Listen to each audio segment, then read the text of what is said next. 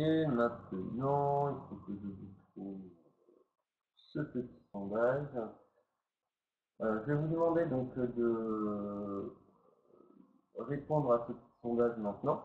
Voilà, j'ai lancé en ligne une question sur la programmation Python. Donc normalement, ceux qui font NSI, oui, vous programmez en Python, et je pense que même vous devez bien maîtriser. Et je voudrais savoir en fait combien d'entre vous n'ont jamais fait de Python de leur. Voilà. Ouais, c'est trop bien, je suis d'accord. Donc c'est important parce que c'est vrai qu'on devrait apprendre de plus en plus à travailler en Python. Et donc ce que je compte faire, c'est vous donner quelques petites bases, une fois qu'on aura fini, si moi du temps, vous donner des bases de Python. Et quoi qu'il arrive l'an prochain, on va faire des TP qui sont reliés à Python.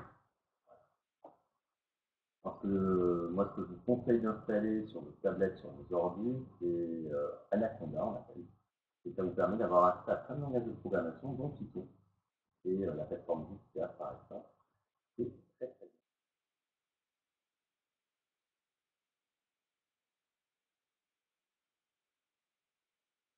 Et pour l'instant, pas le jour. Hein.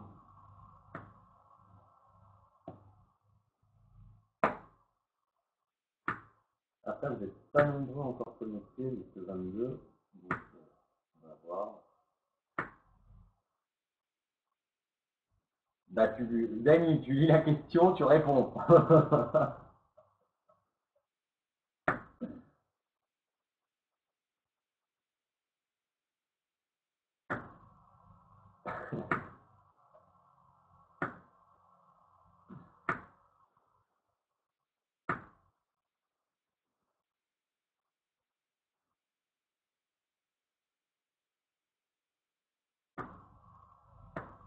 Ok, ok, ok.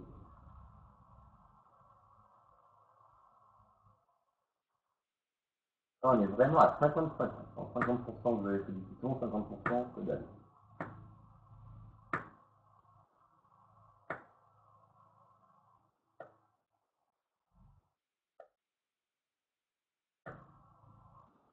Donc, Dany, Laura, Quentin, Mathis, Thomas, répondez à ce sondage, s'il vous plaît. Roxane, si tu connais, est-ce que voilà, tu connais les bases Marel, Quentin, il n'y a pas que toi. Là, c'est pour Quentin Solon. Je suis sûr, c'est connecté à l'activité, mais en fait, il n'est pas devant l'écran.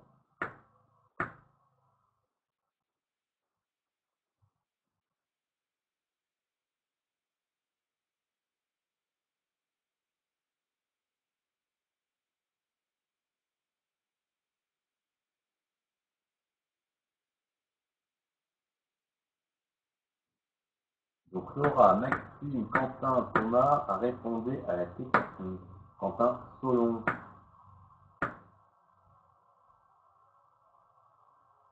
Sinon, tu auras 4 heures de confinement. On va plus parler en ordophone.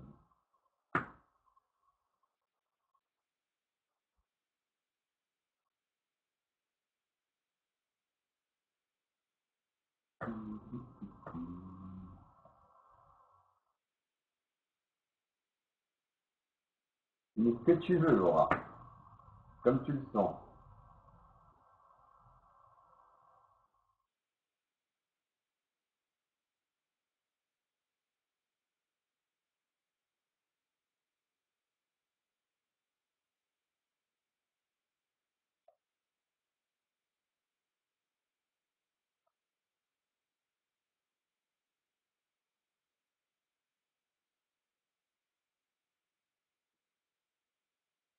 Bon, je vais clore le sondage. On est vraiment à 50-50. Donc en fait, on fera, si on a le temps, vous ferez du Python classique de base, appliqué vraiment en sciences physiques et vous montrer ce que l'on peut faire avec le langage de physique. Alors pourquoi c'est important? Parce que dans plein de sujets de 3T, eh ben, il y a du langage Python, c'est du petit code à compléter, à interpréter. C'est vraiment pas super complexe. Donc, pour ceux qui font un SI, bien entendu, ils vont donner. ceux qui ne font pas NFTI, pareil, il va falloir un petit peu s'y mettre. Mais vraiment, c'est pas complexe à chaque fois les questions. Et franchement, ce sont des points qui sont facilement gagnés. Allez, je termine le sondage. Là. Et nous allons pouvoir revenir au TP sur la conservation de l'énergie. Alors, est-ce que tout le monde voit le TP affiché?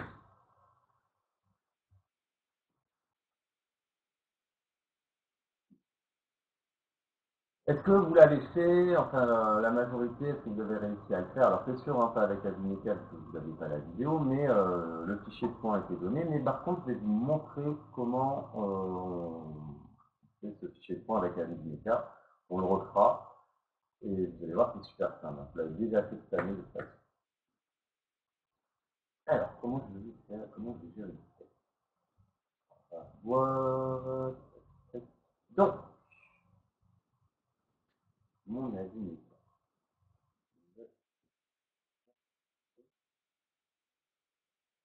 Ah, bien entendu, ça va pas. Adapter. Ok, ouais, là,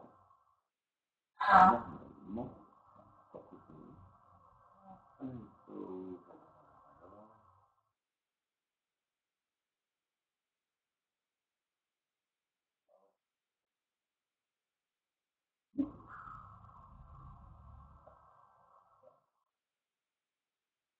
Là, ça, ensuite, ouais, ça va. On a ici, adapter.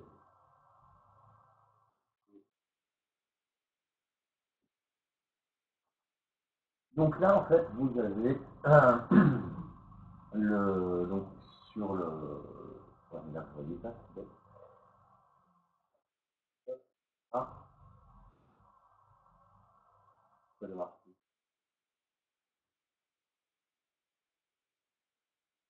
Ah, ça fait longtemps qu'il n'y avait plus de bug.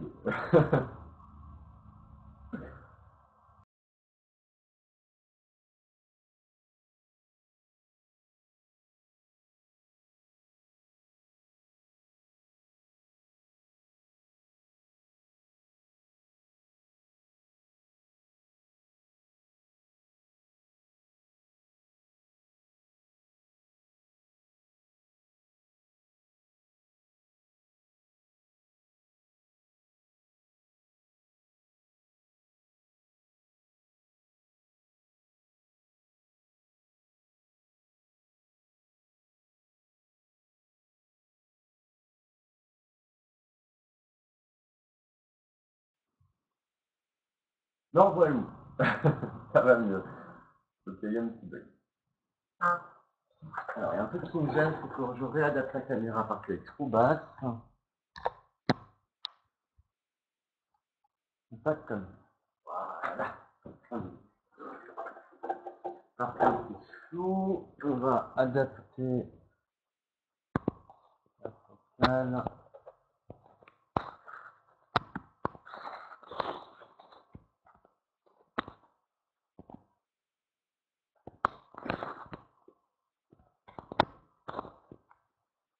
J'arrive pas à voir mieux. On est déjà pas mal. À peu près. Ok. Alors, donc quand on ouvre le fichier, donc déjà pour récupérer le fichier, c'est pas simplement. On va pas sur fichier ouvrir. N'importe quoi, c'est la nouvelle version. Donc, fichier, ouvrir un flux de vidéo, tout bêtement. Donc, vous allez chercher votre flux de vidéo dans le dossier où il se trouve, et vous avez accès à la vidéo telle que on l'a enregistrée.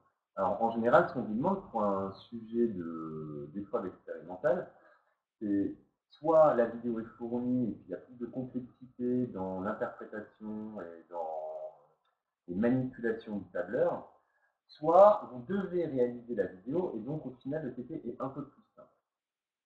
Donc réaliser la vidéo, ça on en fera pas mal aussi en terminale l'an prochain. Donc là en fait de quoi il s'agit, c'est simplement une balle de tennis qui est lancée. en mouvement de chute libre. D'accord? Tout bêtement. Donc le but, ici, on a tout ce...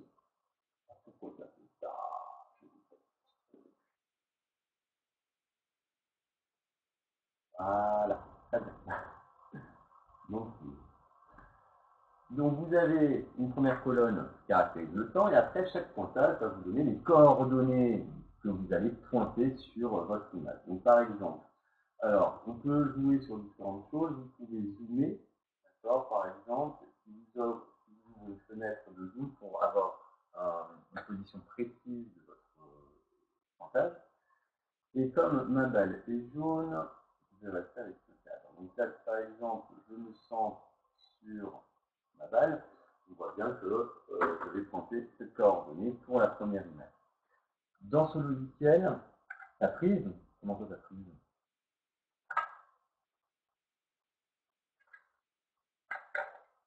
Normalement, c'est bon, là. Ah, non, mais c'est Clémentine, elle habite au bout du monde.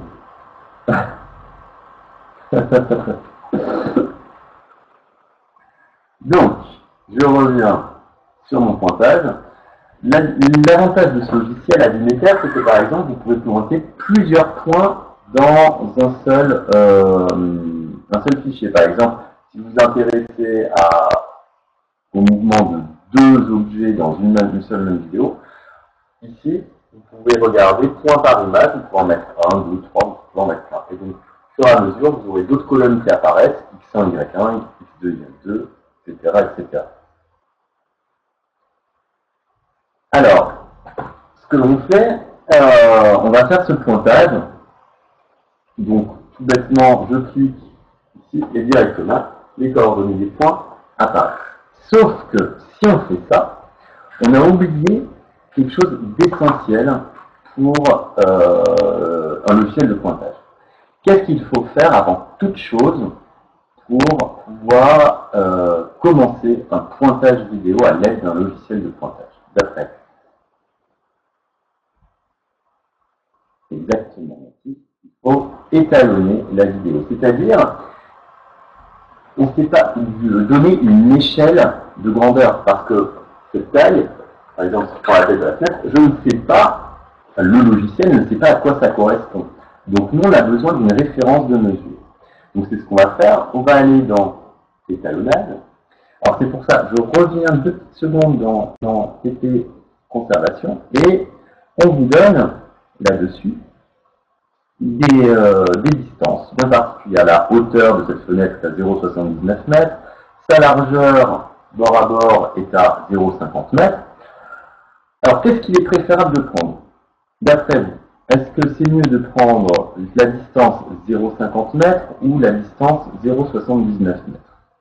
En sachant que les deux sont corrects, mais il y en a une qui va être un peu meilleure.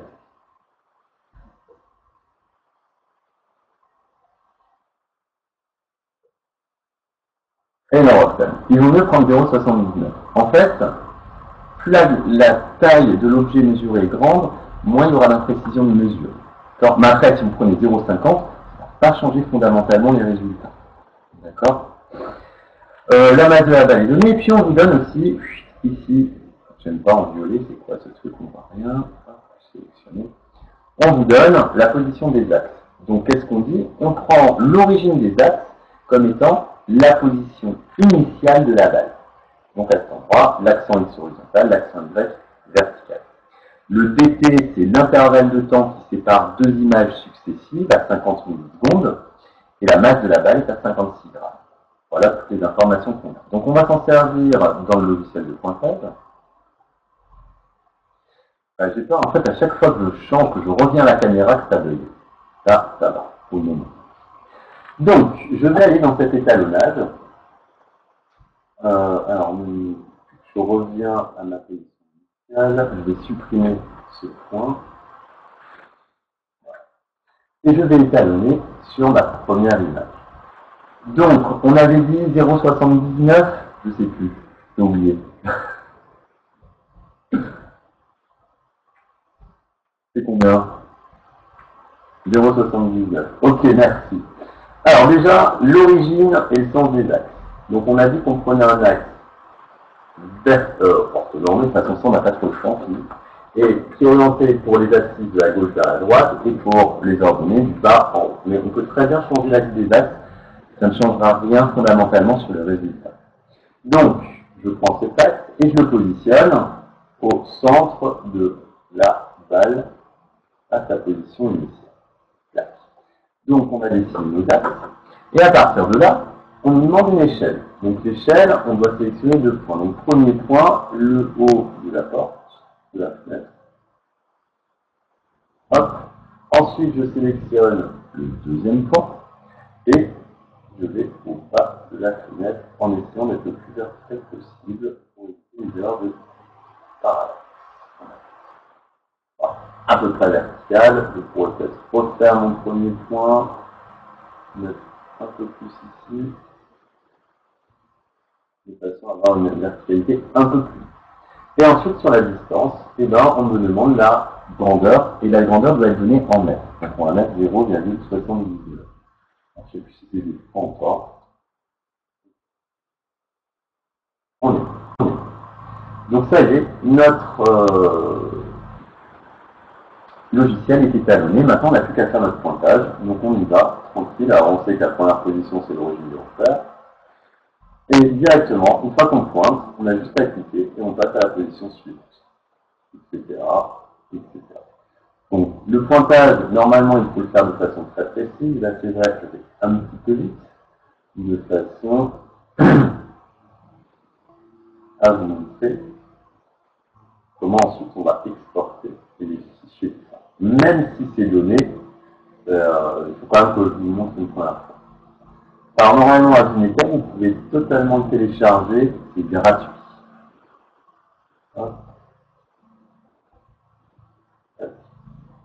Et surtout, maintenant, il y a des applications sur votre smartphone qui nous donnent des chronophotographies directes. Et ça, c'est pas mal. Et je pense qu'on va s'en servir. On va essayer de faire ça un PT pour la semaine prochaine. Allez, hop, voilà. Donc là, j'ai mon fichier de points. D'accord, j'ai tout mon pointage qui est fait. Et le but, c'est d'exporter maintenant ce fichier de points. Donc pour exporter ce fichier de points, on clique ici. Non, c'est pas là. Ah, bien entendu, ça me met. Donc en fait, j'arrive pas à changer, ça me met sur mon premier écran, donc je sais pas si je peux vous le ramener. Ouais, il est. Et ça vous donne un tableau de mesure vers le presse-papier. Donc ça va enregistrer ce tableau de mesure. Choisir quel type de séparateur de données sont les tabulations. C'est simplement en fait pour dire qu'entre chaque donnée, entre un X et un Y, il y aura une tabulation qui sera donnée. Et Excel pourra, ou même LibreOffice pourra l'interpréter. OK. Ce qui me permet ensuite de revenir.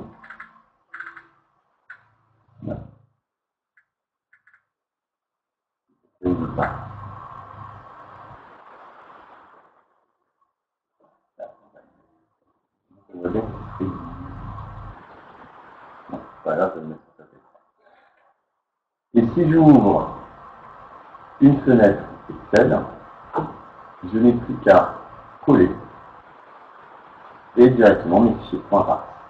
D'accord? Donc ces fichiers de points, c'est ceux que vous avez donnés ici, en arrondi, etc., etc. Mais normalement, on a trouvé à peu près les mêmes choses. Donc 0,05, 1,08, donc moi j'avais 0,120, ça revient pratiquement au même. C'est normal qu'on n'ait pas tous les mêmes mesures, puisque le pointage va être différent d'un expérimentateur à un autre. D'accord? Alors, ça, c'était pour le pointage. Donc, je vais faire ma Vineca pour me libérer un peu de mémoire, sinon je vais tout faire bugger.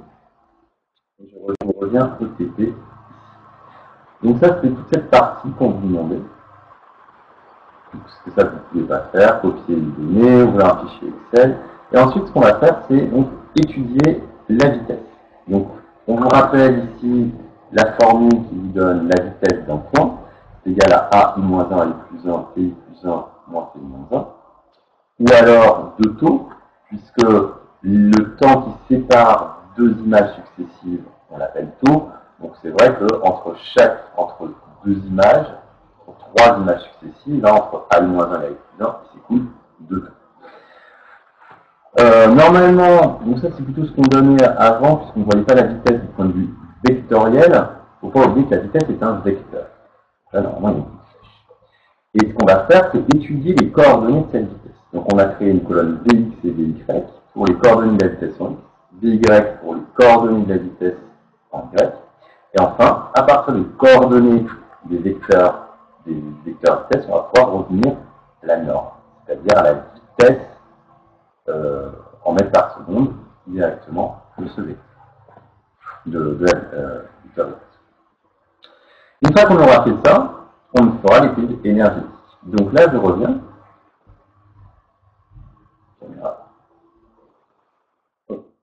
Et le but étant de calculer ces vitesses. Alors, il y a un petit souci, bien entendu, puisque pour calculer une vitesse, on a besoin, en un point donné, on a besoin du point après et du point avant. Donc forcément, pour la vitesse initiale de V0, ben, on ne peut pas la calculer, puisqu'on n'a pas un point avant 0 secondes. Donc, toutes ces valeurs ici, c'est arrivé. Celles-là, on ne peut pas les calculer. Donc, qu'est-ce qu'on va faire? Hop, on va les vérifier. Et également, la dernière, le dernier point, comme on n'a pas le point après, on ne peut pas non plus mesurer ceci. C'est là que vous devez entrer une formule Excel pour le calcul de la vitesse, du vecteur vitesse en x. Donc, comme on a dit que c'était, alors toujours pour insérer une formule égale, on a dit que c'était l'abscisse après, moins l'abscisse avant. On n'oublie pas les parenthèses, donc ça nous fait du B6 moins B4 divisé par, soit vous prenez directement 2 fois taux, soit vous faites, comme moi je le fais en général, l'instant d'après, moins l'instant d'après. Et on n'oublie pas les parenthèses. Donc ça fait du B6 moins B4 divisé, je ne sais pas pourquoi j'ai mis un moins là, on va faire aussi, divisé par A6 moins A4. Est-ce que pour le moment c'est bon? Comment on calcule justement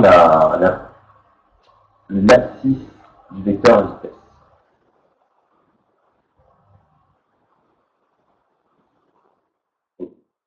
Donc après, bien entendu, il n'y a pas besoin de réécrire tout ça à chaque fois. Hein. Ça, c'est l'avantage des tableurs. Hop, on reclique sur la case, et puis le petit carré qui est en bas à droite de la case, on clique dessus, on reste appuyé, et puis on l'emmène jusqu'à la dernière valeur que l'on peut calculer. Voilà. Alors tout de suite, on constate en fait qu'il n'y a pas beaucoup de variations de la vitesse en x. Et c'est logique. Alors pour y, ben, c'est exactement la même chose qu'on fait, mais au lieu d'utiliser les coordonnées en x, hein, on utilise les coordonnées en y. Donc ça va nous faire C6 moins C4, parenthèse, divisé par ouverture de parenthèse, A6 moins A4. Et hop, pareil. Alors, là, petite remarque dessus. On constate que tout à l'heure, on avait des vitesses en x qui étaient toutes positives. Mais là, on a des vitesses en y qui sont d'abord positives et ensuite négatives. C'est quoi l'interprétation que vous pouvez avoir justement sur cette positivité, cette négativité de Vy? Si je ne vous donnais pas la trajectoire, si je ne vous donnais pas de point, comment vous l'interprétez?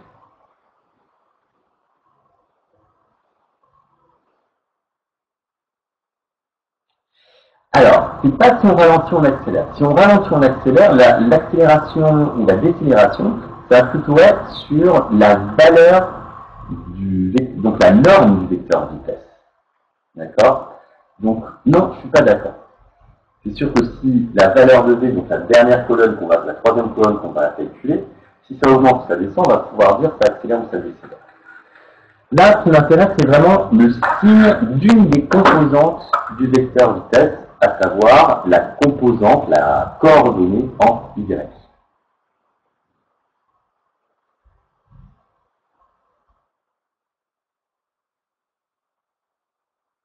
C'est sûr que vous pouvez trouver.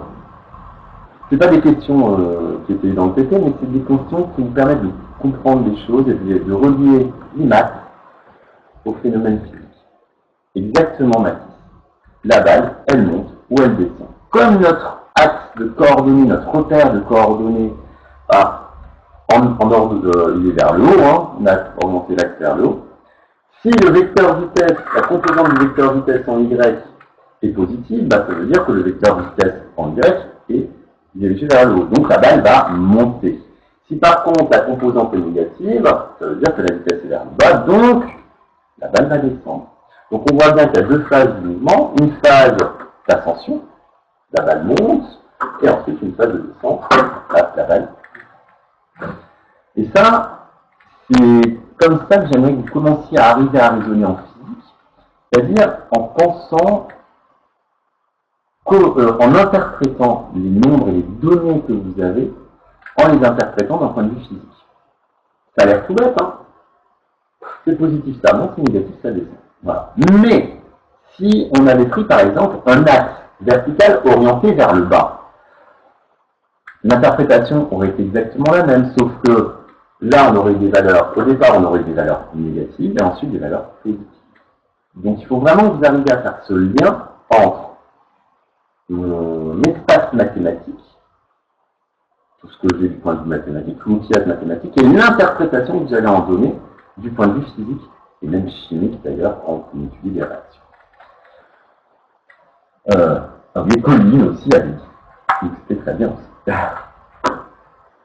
Alors, voilà pour les vitesses en Y. Et maintenant, comment on fait pour calculer la norme de la vitesse? Donc ça, je vous rappelle que la norme d'un vecteur, c'est la racine carrée de la somme des carrés de ses composantes. Ça, c'est point de vue mathématique. Alors, comment on l'écrit en point de vue Excel? On a juste à dire égal. Donc, on a dit la racine carrée. Racine. De quoi?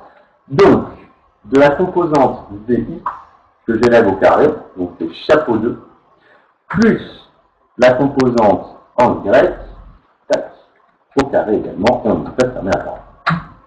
Et donc là, vous avez la vitesse, la norme du vecteur vitesse en mètres par seconde directement, puisque mes coordonnées en x sont en mètres et mon temps est en secondes. Vous voyez, ça va vite au final. Au début, c'est un petit peu long, mais après, il n'y a pas de problème en général pour le calcul. Alors, ensuite, donc je reviens au TPI.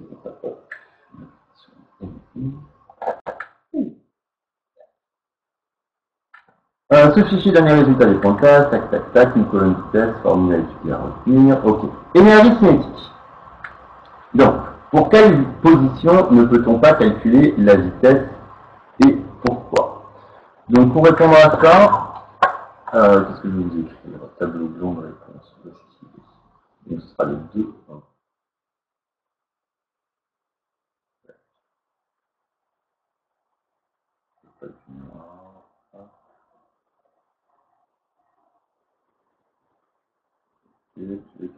Donc, on y va. Donc, question 2.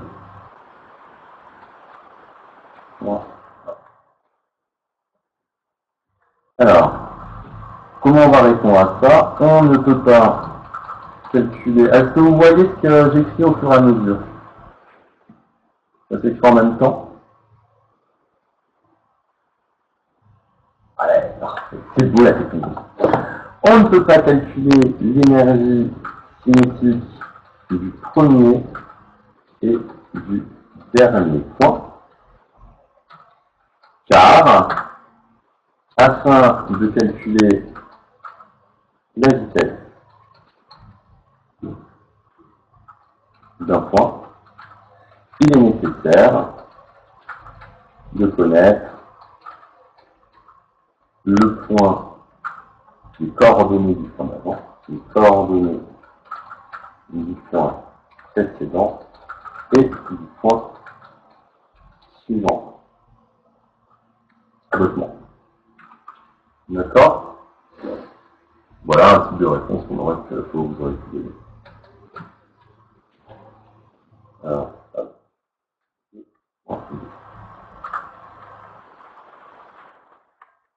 Je reviens vite là-dessus. Donc 2... Ah non, c'était 2 à 1. Donc je reprenne.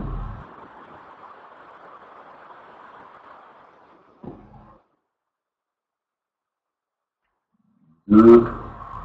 Et pourquoi ça marche pas? Merde. 2 à 1.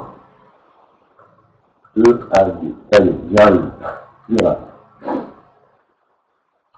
Alors, je reprends. C'était clac. Rappelez la formule exprimant ECI pour chaque position AI du module et créer une colonne ECI. Donc déjà, on va rappeler cette formule. Et ça, c'est du cours que vous êtes censé maintenant maîtriser. La formule de l'énergie cinétique au point AI et mettre ça au centre E.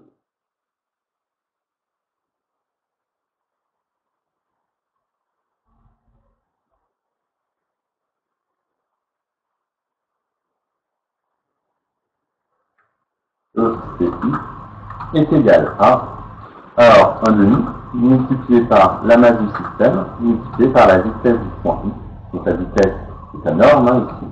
On enlève au carré. D'accord? Voilà ce que je vous dis. Et donc, on va créer cette colonne. Comment on va faire? J'ai besoin de la masse de mon système. On a une masse de 56 grammes. D'accord? Ça c'est important. On va en avoir besoin pour faire notre calcul. Donc je reprends. Là j'ai besoin de caméra. Ici, ça c'est bien. Donc on a dit 56 grammes. Donc pareil, je ne peux pas calculer ici EC, mais ici donc ED. Alors pour calculer justement cette vitesse, on va dire que c'est égal à 0,5 fois 56 grammes. Le piège, c'est qu'il ne faut pas oublier de convertir la masse en kilogrammes. Donc ça fait 0,056 kg multiplié par la vitesse au carré. Donc c'est ce qu'on vient de calculer, on élève au carré. Et ça, pareil, on étire jusqu'à la case que l'on peut calculer. Donc qu'est-ce que l'on voit? On voit que la vitesse, l'énergie cinétique, elle diminue et ensuite elle remonte. Alors peut-être qu'on peut regarder directement le graphique. C'est exactement ce qu'on a. On voit bien une énergie cinétique qui diminue et qui remonte avec une forme parabolique. Alors c'est sûr, là, c'est des petits bugs parce que le pointage a été mal fait, tout bêtement.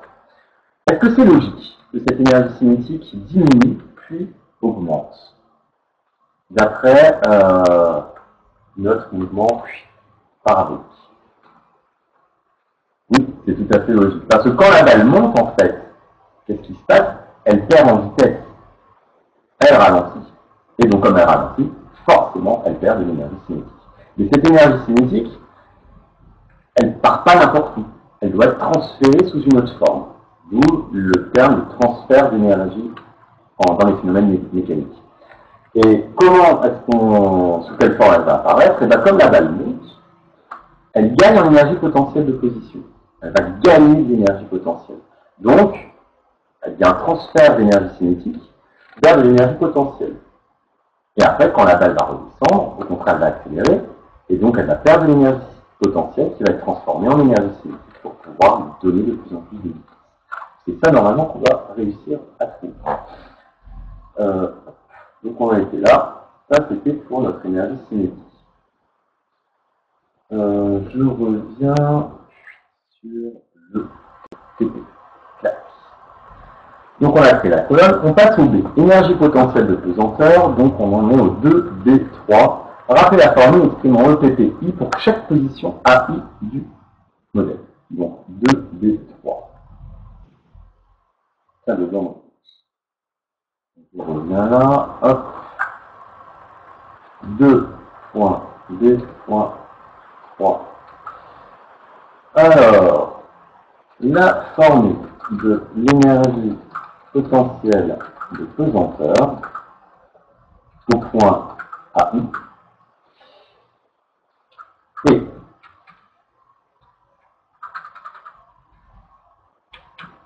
Pas. E.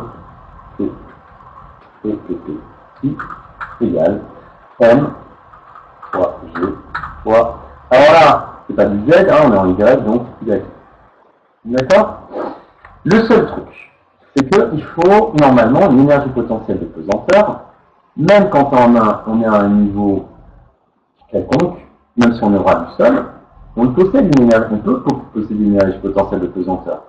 Parce que tout dépend de votre référence de mesure. Si vous prenez la référence de mesure, votre origine des axes au centre de la Terre, eh bien, vous serez à une hauteur qui correspondra au rayon de la Terre. Donc, vous avez potentiellement une énergie potentielle. Par contre, si vous prenez l'origine de votre axe au niveau du sol, là, vous n'avez pas d'énergie potentielle de pesanteur. Donc, c'est pour ça, en fait, qu'il va falloir préciser l'origine de vos mesures d'énergie potentielle. Et c'est ce qu'on va faire. Alors, je vais vous faire un petit schéma. Je vais essayer de dessiner ça.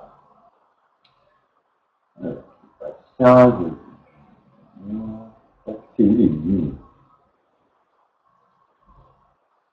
Leur effort. Très simple. Voilà. Donc, là, je prends un axe. Une verticale vers le haut.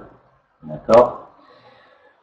On va dire que ici, on va prendre deux références. Ici et ici. Et je vais écrire. Ça, c'est ma face identique. D'accord? À ce niveau, on est au centre de la Terre. Et à ce niveau, on est à la surface de la Terre. Ça, ça n'existe pas.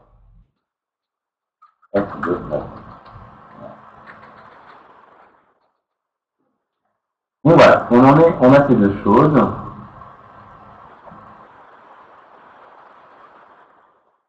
Ici et ici. Maintenant, vous avez vu, j'ai pas mis d'origine. La distance qui sépare la surface de la Terre du rayon de la Terre, du centre de la Terre, c'est ce qu'on va appeler RT.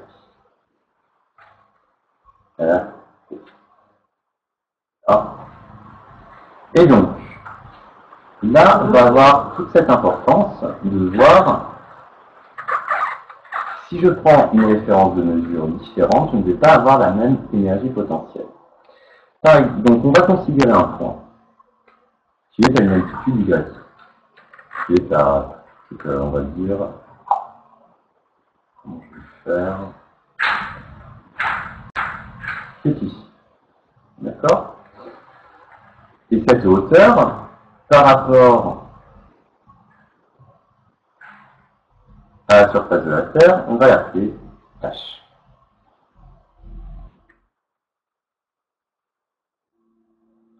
Tout le monde suit pour le moment le schéma et a une compréhension du schéma. Avant que je rentre dans des petites explications calculatoires. Maintenant, ce qui m'intéresse, c'est de mesurer, de connaître quelle est l'énergie potentielle de ce point à la hauteur H. Là, vous allez voir qu'il y a plusieurs expressions qui sont possibles. D'accord? Si on prend l'origine des axes au centre, on va prendre la surface de l'axe. Les axes de l'axe, de l'axe à la surface. EPPI, ça va être M fois G fois quoi?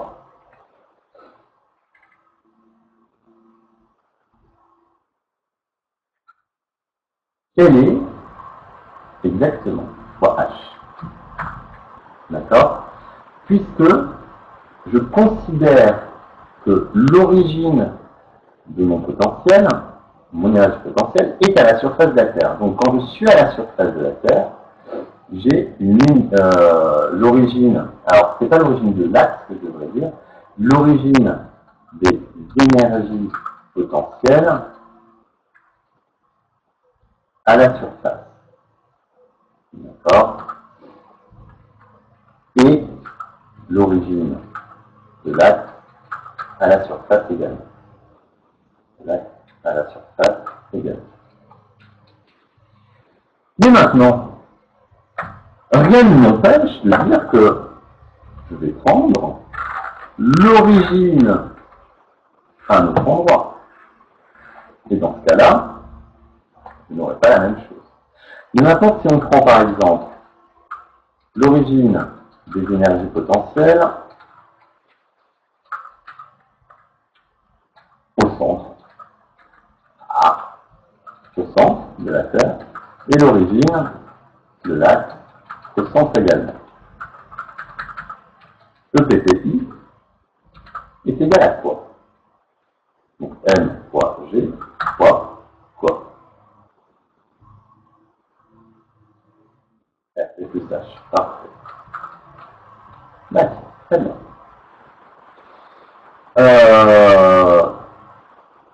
Et vous voyez bien que ce n'est pas la même chose, puisqu'on a rajouté RT.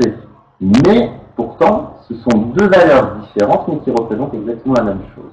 Donc il ne faut pas être choqué si on trouve des énergies potentielles différentes. L'importance, il est donc essentiel de toujours préciser l'origine de vos énergies potentielles dans le repère choisi. D'accord? Ça c'est très important. Vous avez un repère, vous devez dire à quel endroit vous prenez l'énergie potentielle du pesant. D'accord? Autre exemple.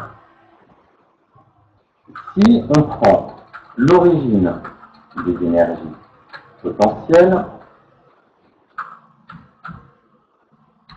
en H, donc, au point considéré. Non, c'est une mauvaise. Oui, on va faire ça. Et l'origine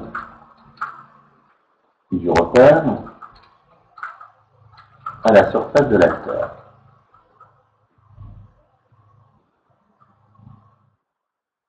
À la surface de la Terre.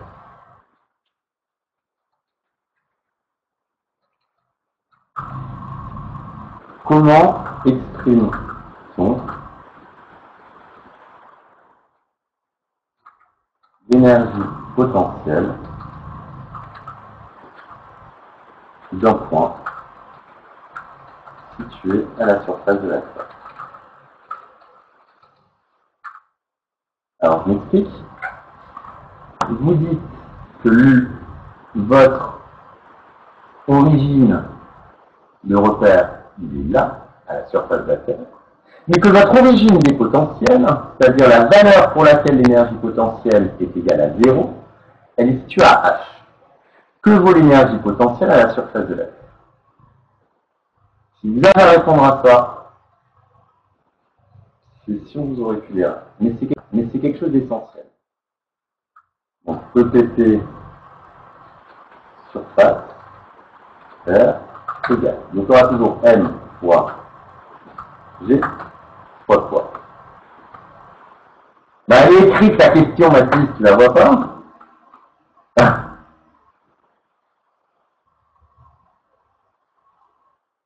Oh la vache.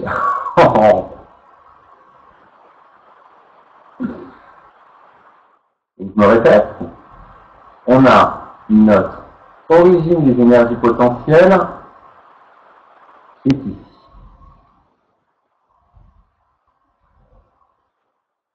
Au niveau H, à cet endroit. L'origine du repère, le 0 de Y, est ici. Que vaut l'énergie potentielle justement à la surface de la Terre? Déjà, est-ce qu'elle est positive ou négative? Exactement. Très bien. H, on va être négatif. Puisque là, on a une énergie potentielle à ce niveau qui va être nulle. Tout ce qui va être, si on élève de ce niveau notre objet, il va gagner en énergie potentielle. Par contre, si on le baisse, il va diminuer en énergie potentielle. Donc en fait, ce qu'on doit écrire, c'est multiplié par moins H. Chose qu'on écrit moins M fois G fois H. D'accord? Il y a ce signe moins qui peut apparaître. Donc une énergie potentielle peut être négative. Il faut faire gaffe. Alors qu'une énergie cinétique est toujours positive, 1/2 de mv carré. M est positive, ça on ne va pas parler en théorie des masses négatives, et puis une vitesse au carré, forcément une vitesse, puisque c'est un carré, ce sera positif aussi. Mais il ne faut pas être gêné par le fait qu'une énergie potentielle peut être négative. D'accord? Voilà, donc ça c'est une petite aparté. C'est une grosse aparté, mais qui est importante pour votre compréhension pour la suite. Est-ce que c'est bon? Ça, de toute façon, j'y reviendrai l'an prochain en spécialité, en terminale spécialité, parce que je sais que c'est toujours un truc qui bloque, mais qui est important. Donc, c'est vraiment une partie que je vous conseille de revoir si jamais vous bloquez un peu là-dessus. Alors, je vais revenir, donc caméra. Ah, on voit pas vraiment la dernière phrase. Ah, comment je peux le faire? Est-ce que je peux publier?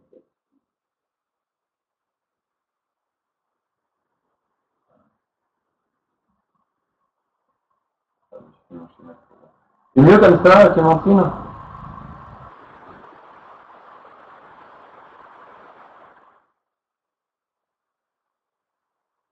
C'est mieux ou pas? Ah, vous juste la forme.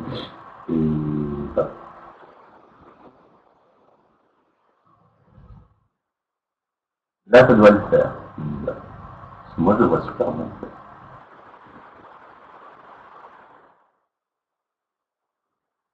Ok.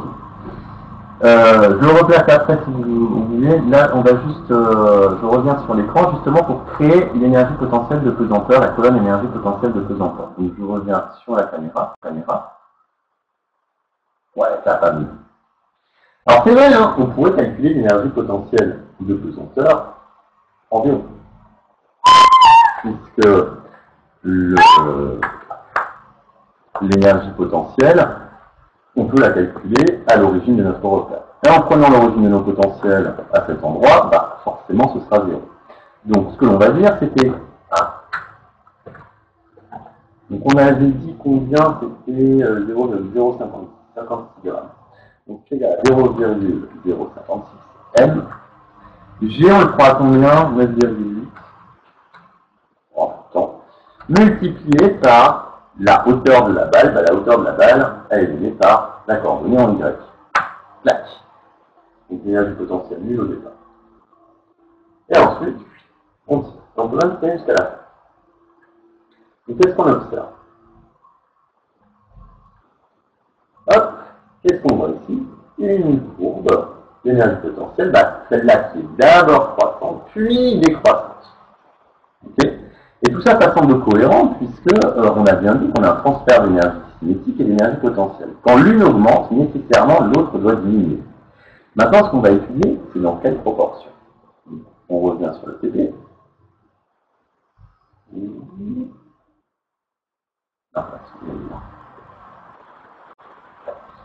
Okay. On passe au 2C4. Rappelez la formule exprimant EMI pour chaque position AI du module. Alors j'écris un nouveau tableau blanc. Tableau blanc, réponse 2.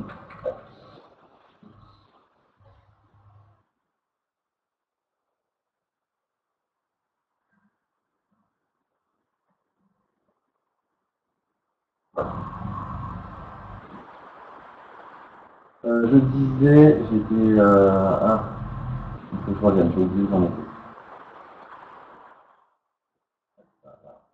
2C4.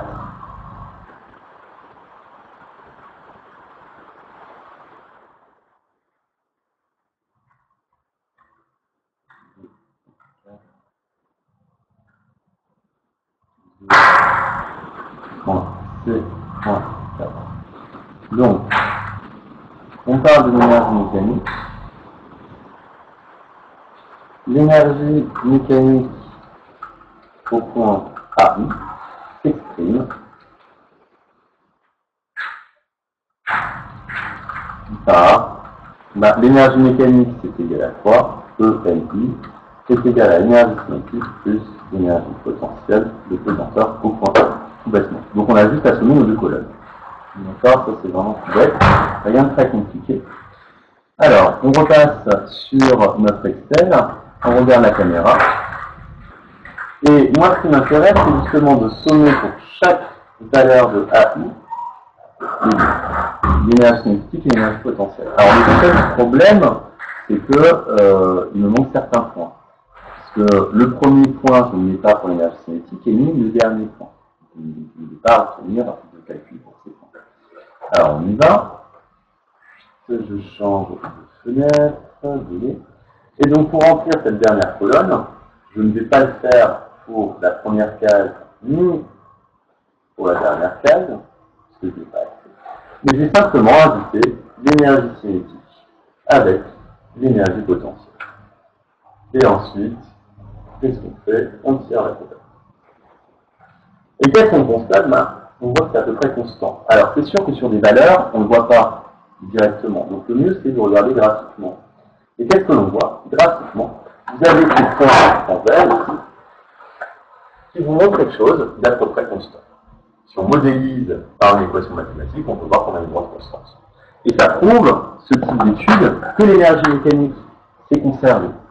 D'accord? Le fait d'avoir une droite, si l'énergie mécanique ne s'était pas conservée, comment auraient été alignés les points verts? Qu'est-ce que vous auriez observé?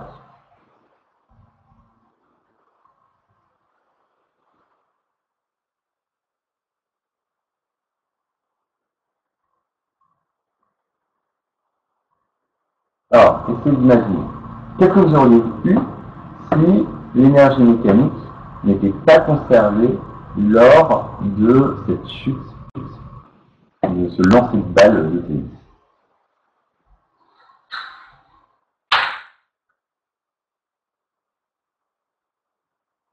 Alors,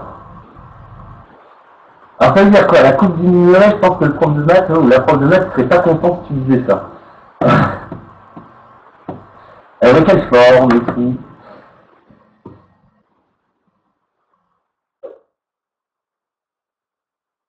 Donc on ne dit pas qu'une courbe diminue, on dit quoi?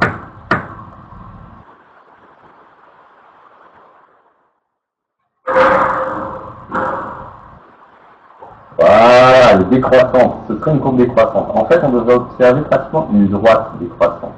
Et c'est là, c'est ça qui va nous permettre de discriminer, de séparer le fait, est-ce que votre système est conservatif ou dissipatif? Si l'énergie mécanique, vous avez toujours une droite constante, vous savez que votre système est conservatif. Par contre, si vous avez quelque chose qui décroît, vous avez un système dissipatif. Et où part cette énergie? En général, sous forme de chaleur. Et donc on va essayer de récupérer cette chaleur pour faire quelque chose. Pourquoi pas? Encore, ça va dépendre du système que vous étudiez. Donc voilà en fait les grandes lignes des études énergétiques. Ça c'est de la base. On peut aller beaucoup plus loin avec des phénomènes plus complexes, des oscillateurs, etc. Ça c'est ce qu'on fait en terminale. On va étudier les oscillateurs, donc des ressorts qui bougent dans tous les sens, et on va les étudier d'un point de vue mécanique sur les forces, mais aussi du point de vue énergétique. Ces deux types d'études sont complètement différents. Mais au final, ça permet d'avoir la même interprétation des choses. Voilà. Alors, je reviens sur le...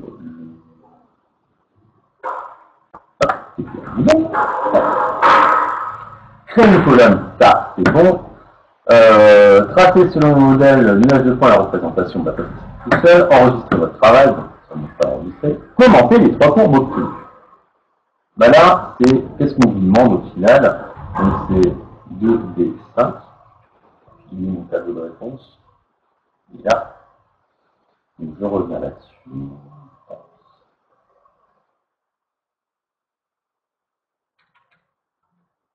Hop, 2 points, D points.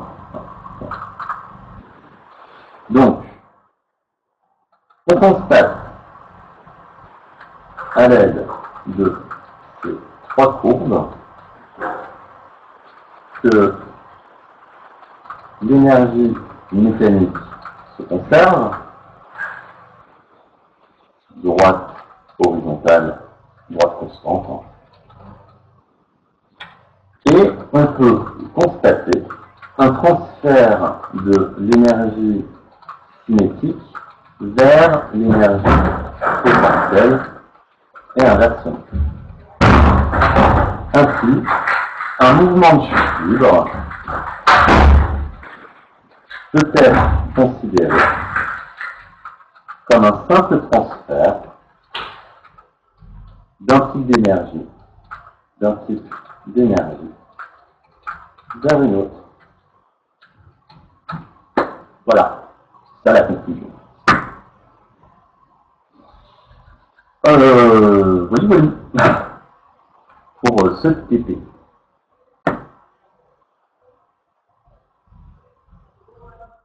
Et c'est un TP qui tombe ultra fréquemment, alors pas exactement la même forme, mais c'est calculer l'énergie de chute libre, calculer l'énergie cinétique, potentielle et mécanique, et constater que le système est dissipatif ou pas.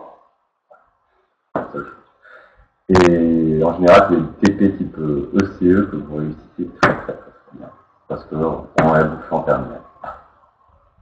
Et on le refera. Alors, est-ce que vous avez des questions sur le TP? Ou c'est tout bon?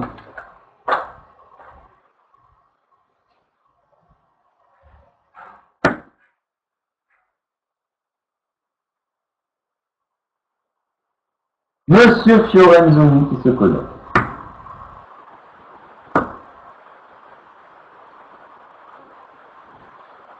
Alors, juste pourquoi l'énergie mécanique est constante? Ben justement, parce que tu vois, alors, est-ce que tu me demandes pourquoi du point de vue graphique ou pourquoi du point de vue physique de ce phénomène qu'on étudie?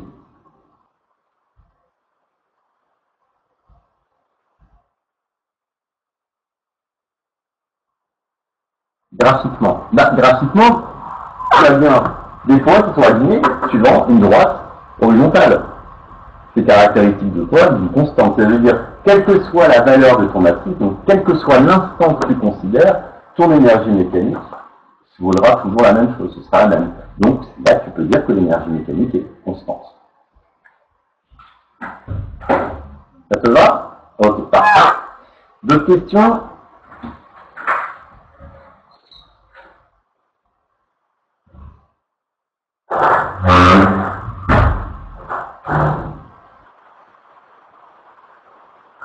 Non, ça semble bon.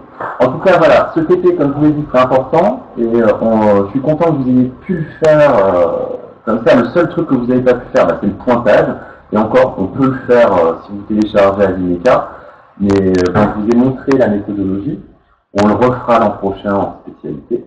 Ah oui, peut-on avoir le premier tableau blanc, s'il vous plaît? Oui, je peux. Tableau blanc de réponse, le voilà.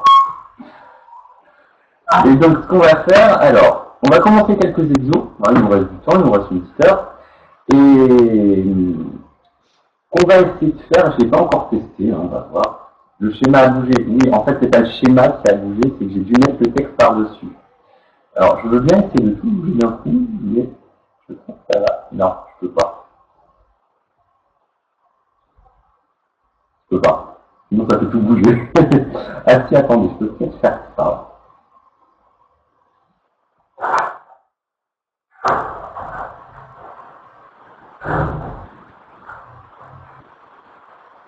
Je vais l'enlever comme ça. Et ça, je vais le remonter. Voilà, je peux pas faire mieux. Sinon, ça fait trop bordel. Donc, il y a le TP donc, du bouquin de la page 300 qui fait appel avec votre smartphone et qui va utiliser. Alors, attendez que je le retrouve. C'est où? Je vais le retrouver, hein. Ouais, étude d'un pendule avec un smartphone.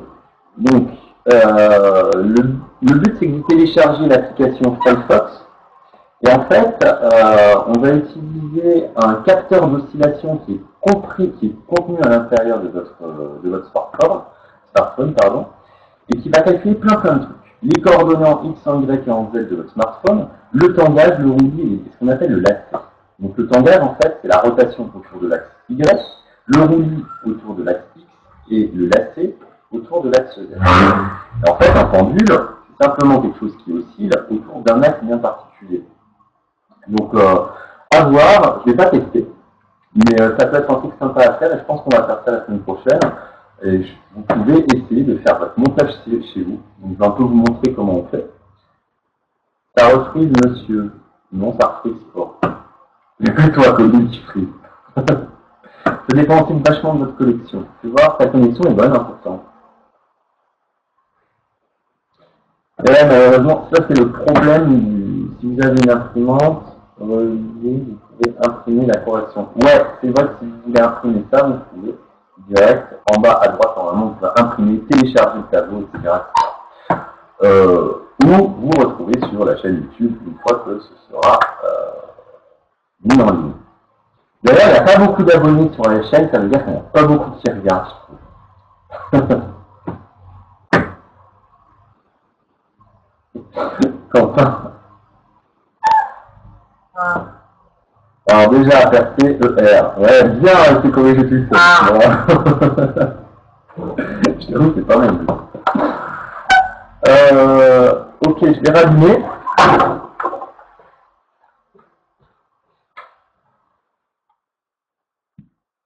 Ah, c'est bien un peu de lumière. Ça, je vais le rallumer ici. Je vais fermer, ne pas enregistrer. Bon.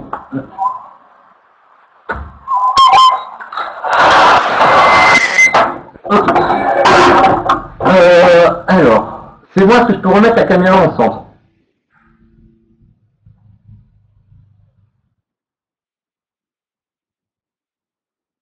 Ah, j'ai un petit message privé. Merci Roxane, ok, j'ai vu. Alors, ok, caméra, clac. Alors, bien entendu, j'ai fait une cacateur avec mon tableau. Juste que je vois, comme j'ai bougé, où est-ce que je peux écrire. On n'a pas pratiquement tout en fait.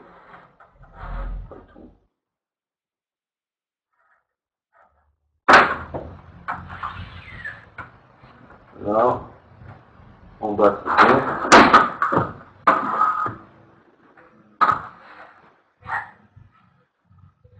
Je sais pas comment on fait pour faire à chaque fois du tableau.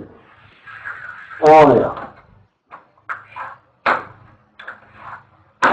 Et en hauteur j'ai tout, et en bas j'ai tout. C'est parfait. On peut avancer. Alors, est-ce que je vous avais donné la liste des exercices qu'on va faire sur ce chapitre? Non. Ok. On va déjà écrire ça.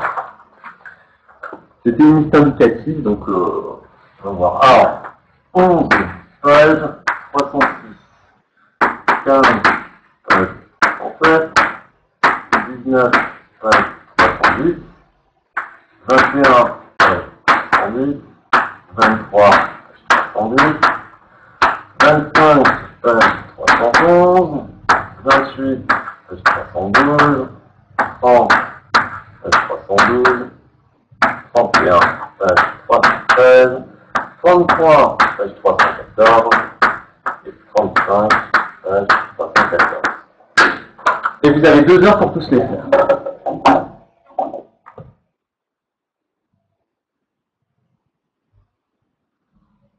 Même pas drôle, aucune réaction. Ah, quand même, merci Mathis. Donc voilà, on va prendre le temps de faire tous ces exos. D'accord. Alors je m'en souviens plus parce que je les ai sélectionnés quand je préparais ce cours l'été dernier. Donc si on a d'autres ou il y en a qui ne me plaisent pas, on les enlève. On va pas se suivre. Voilà, donc nous allons commencer par le 11 de la page 306.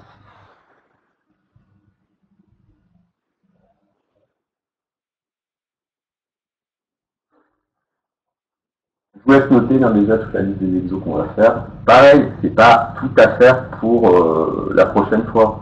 On avance à notre rythme, on prend notre temps. On n'est vraiment pas en retard, donc on est bien. D'accord? On est vraiment bien. Bon, il y en a peut-être certains, comme Marel, qui sont un petit peu plus à la bourre.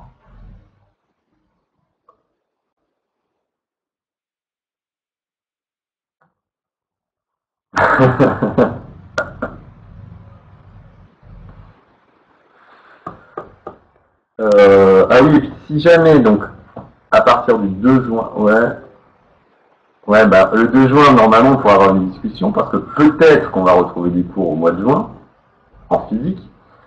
Et si c'est le cas et qu'on a vachement avancé comme vous voulez, ben, ce qu'on fera, c'est qu'on fera des exos de révision, de choses, de chapitres qui auront été un peu plus complexes, où vous avez plus de mal. Et je pense qu'on va faire vraiment de l'individuel. C'est-à-dire ce sera à vous de venir avec les chapitres qui vous posent le plus de problèmes. Et puis je passerai au cas par cas.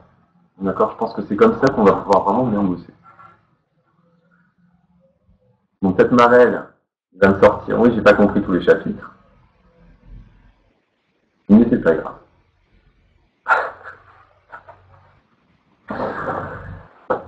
Alors, on y va, je peux effacer, vous avez tous noté la liste.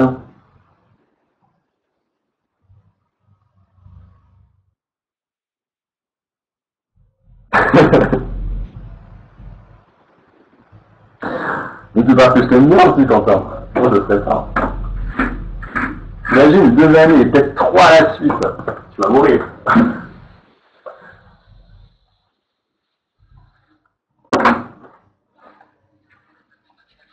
Donc, 11 pages 306. On y va.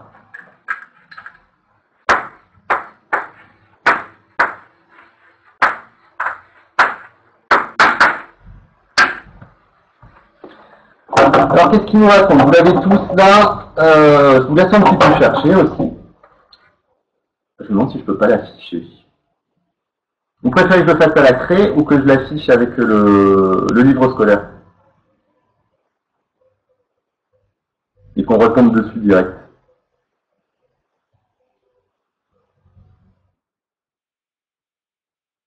D'accord. Alors, on relance. Hop.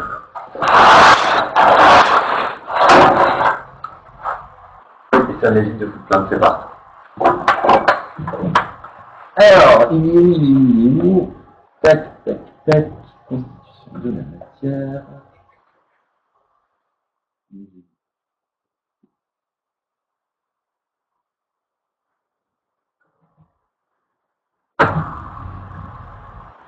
Et masse.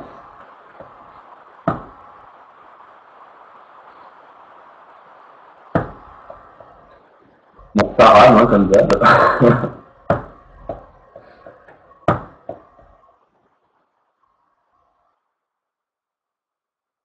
Ce qui est dommage, c'est que je peux pas le faire directement sur l'écran et partager. Ça, c'est vraiment dommage. Ferme les caméras. Je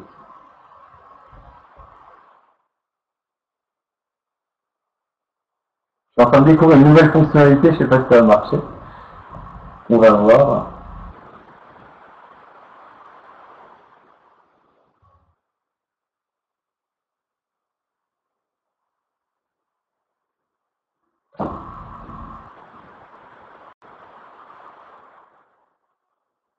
Une erreur est survenue.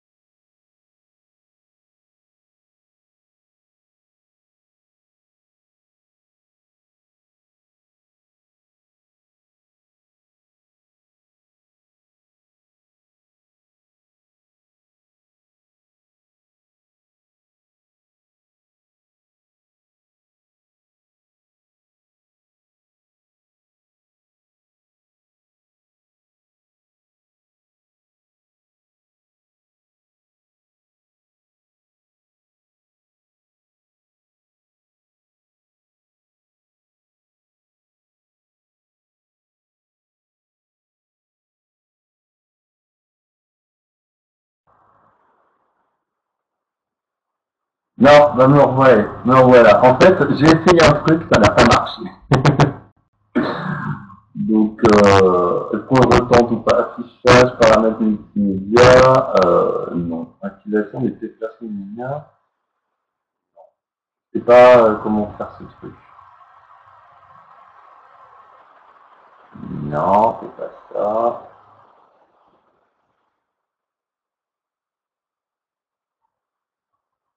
Ouais, je vais pas le faire de suite, hein. On va chaque chose en son temps. Donc je vais reprendre le bouquin là où il était pour s'échauffer. Hop, je vous l'amène sur l'écran. On va éteindre la lumière.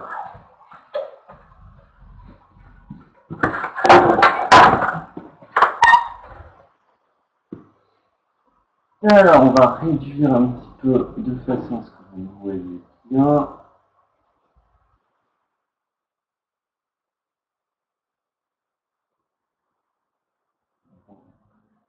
Là.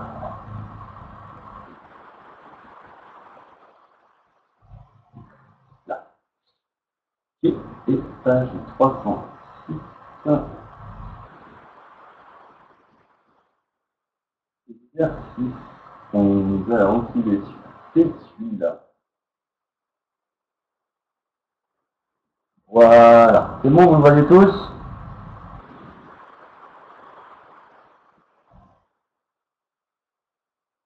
Allez, on est parti. Alors, une balle de baseball d'une masse de 120 grammes est lancée avec une vitesse de 30 mètres par seconde. Au cours de son mouvement, sa vitesse diminue progressivement jusqu'à 20 mètres par seconde et son altitude ne varie pas. Calculez la variation d'énergie cinétique de la balle.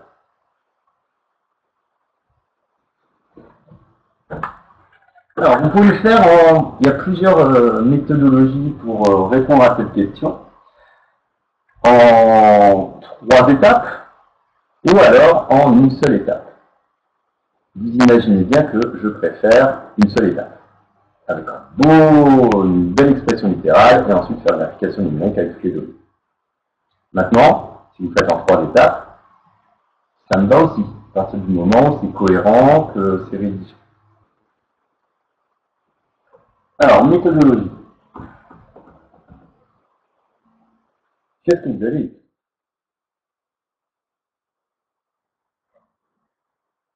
J'ai besoin d'une formule.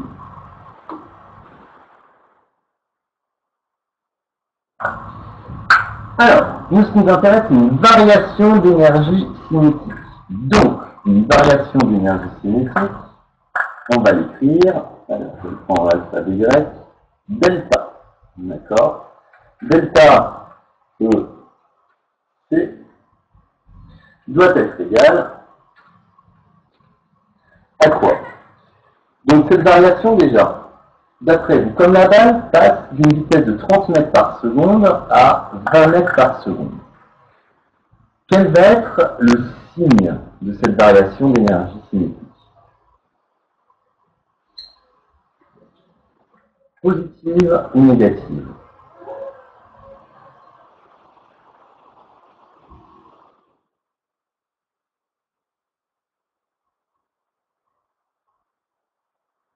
Exactement, négative. Donc, tout à l'heure, je vous ai dit que l'énergie cinétique ne pouvait pas être négative, ce qui est vrai. Mais sa variation, elle, peut l'être. Et il faut bien que vous fassiez la différence entre une énergie en un point et une variation d'énergie entre deux points. C'est ça qui est important. Donc, ce que l'on va dire, c'est que ça va être l'énergie cinétique au point B, on va appeler ça, moins l'énergie cinétique au point A. Première chose. Donc, je ne fais pas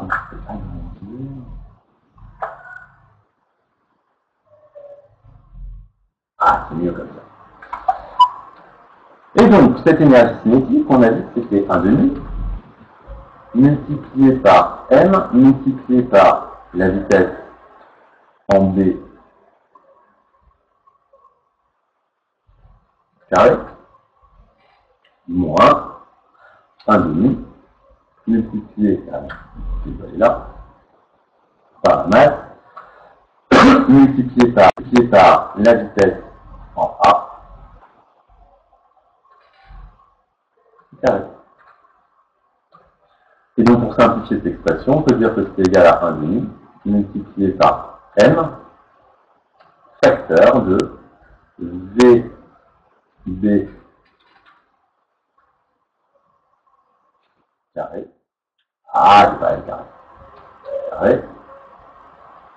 Moins. Faut que le même là. Ah, je le fais.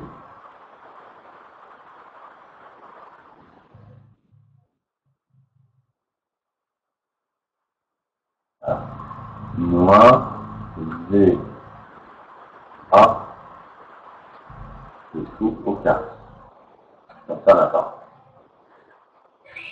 Je ne sais pas pourquoi. À chaque fois.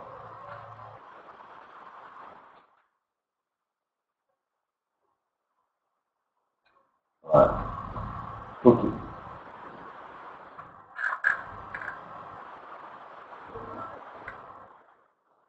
Alors, ça bug grave. Là,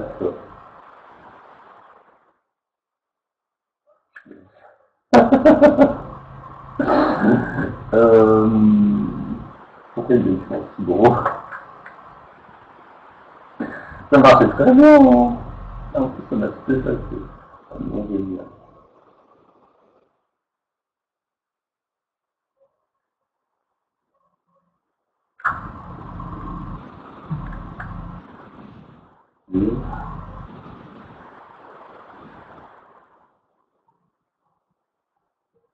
Je ne veux pas. Je ne veux pas. Bon. On va le détailler tranquille. Je sais pas. Ah, ben voilà. Ça marche. À peu près. Donc, c'est vrai que vous voyez pas tout. Ça m'embête un petit peu.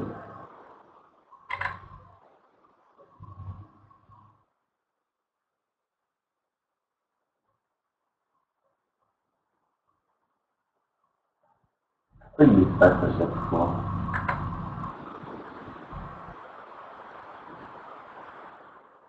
Bon, en fait, il faut bien retenir.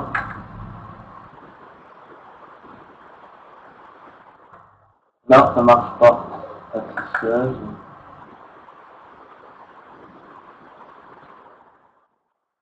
Alors, mode police par défaut, on va réduire la taille du texte, on va essayer. Voilà, merci Caroline. Elle a trouvé la solution. Comme ça, vous voyez tout. Parfait, merci. Trop bien. Donc voilà l'expression. Donc on n'a plus qu'à la calculer en fait. Ce qui va nous donner du 0,5 multiplié par. Alors la masse, 120 grammes. À pas oublier à convertir en kilogrammes. Donc 0,120 multiplié par la vitesse au point B qu'on doit élever au carré. On élève au carré, donc ça nous donne du 30 mètres par seconde au carré, moins nos 20 mètres par seconde au carré. Et comme vous l'avez dit, ce sera bien négatif au final, donc on a une perte de vitesse, donc on avait une perte d'énergie cinétique. Alors le calcul, qu'est-ce que ça va vous donner? Faites-moi le calcul, j'attends la réponse. Comment tu penché là, du coup.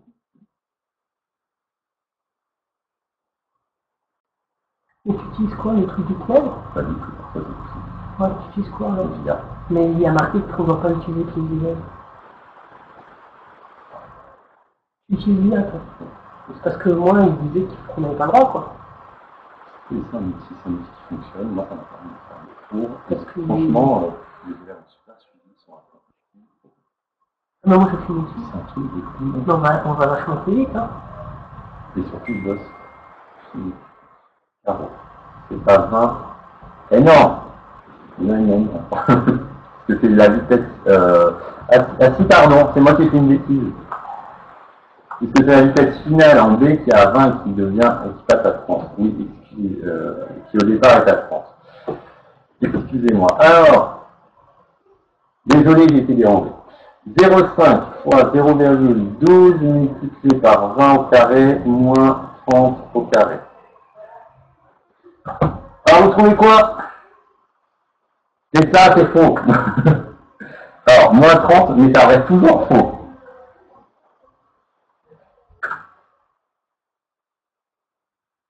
résultat sans unité est un résultat faux.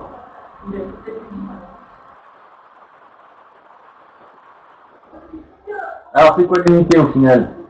Parce que vous me dites moins 30, je suis ok, mais un résultat sans unité, voilà, merci Clémentine, moins 30. Est-ce que ça va pour cette question?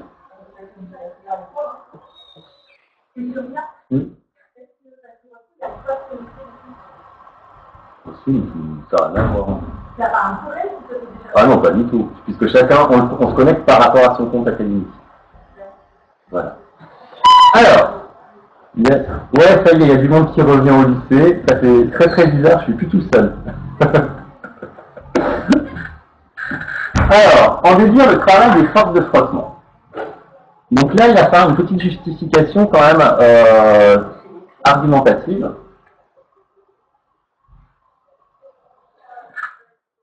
Il y a des termes qui vont être importants où on vous parle au cours du mouvement, la vitesse diminue et l'altitude ne varie pas. D'accord? Donc si l'altitude ne varie pas, qu'est-ce que vous pouvez déduire d'un point de vue énergétique?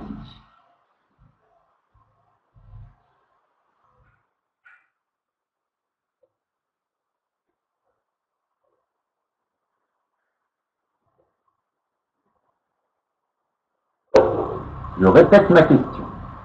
Si l'altitude ne varie pas, comme c'est précisé en tête, quelles conséquences physiques, du point de vue énergétique, vous pouvez déduire?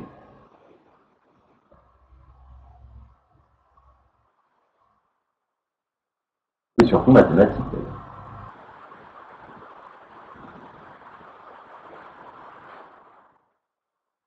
Alors, l'énergie constante, il faut que tu me précises. Laquelle? Parce que tu vois bien, là, l'énergie cinétique, elle n'est pas constante, vu que ça, elle a une variation, elle perd 30 joules.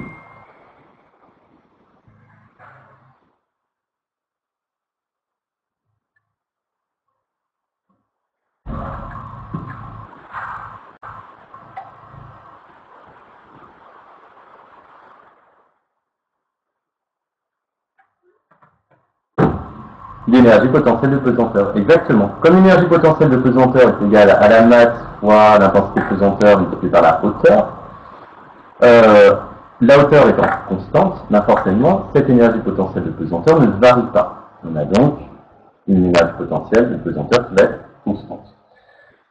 Alors, à partir de cette déduction, on voit qu'il y a une variation d'énergie qui est uniquement due à une variation d'énergie cinétique. Donc, comment, à partir de toutes ces considérations, vous pouvez trouver le travail des forces de frottement? Et d'ailleurs, pourquoi est-ce qu'on vous parle d'abord des forces de frottement?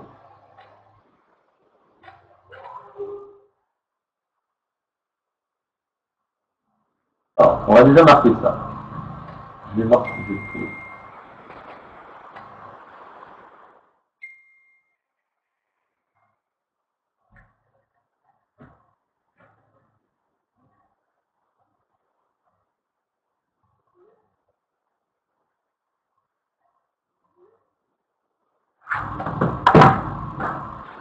Alors, est-ce que je peux augmenter les tailles de caractères ici, affichage?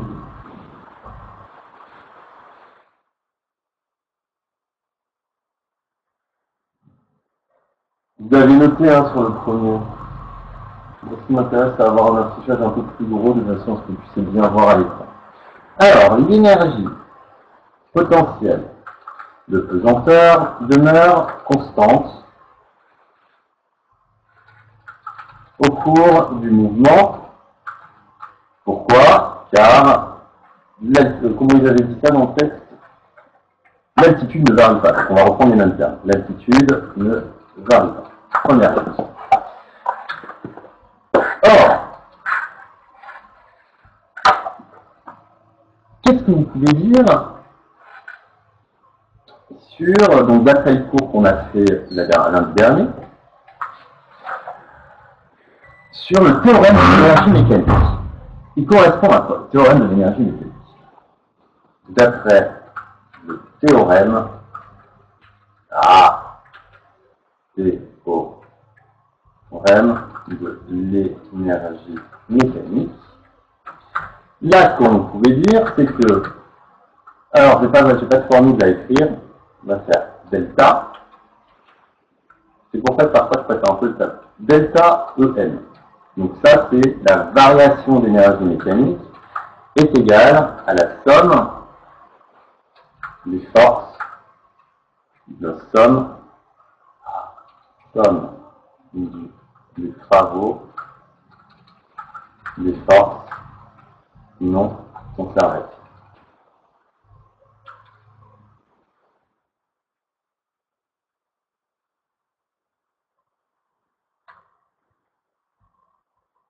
Or, la seule force non conservative que l'on peut considérer dans ce mouvement, c'est laquelle?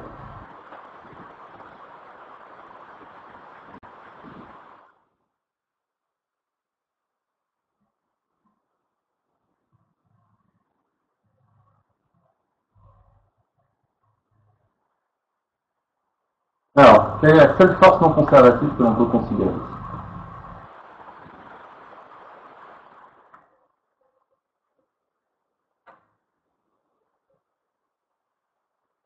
Vous voyez, je vous ai perdu.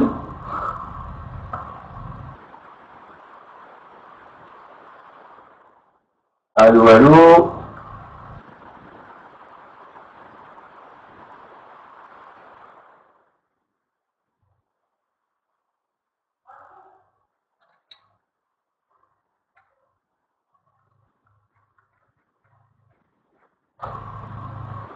Petite réponse, s'il vous plaît.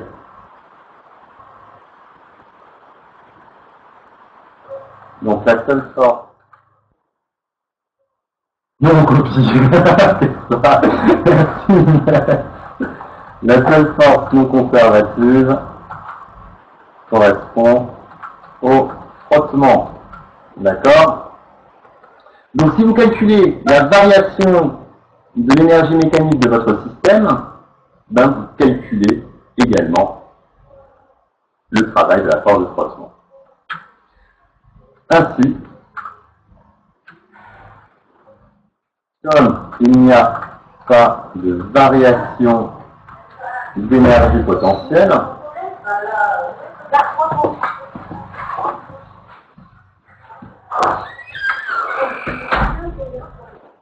comme il n'y a pas de variation d'énergie potentielle, bon, attends, je vais fermer les portes de partout, parce qu'on n'est plus tout seul.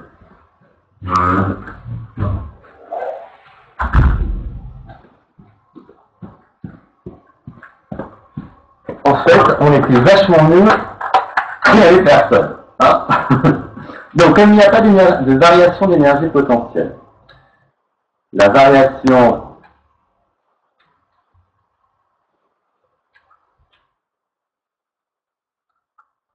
d'énergie mécanique correspond à quoi, au final? À quoi va correspondre la variation d'énergie mécanique?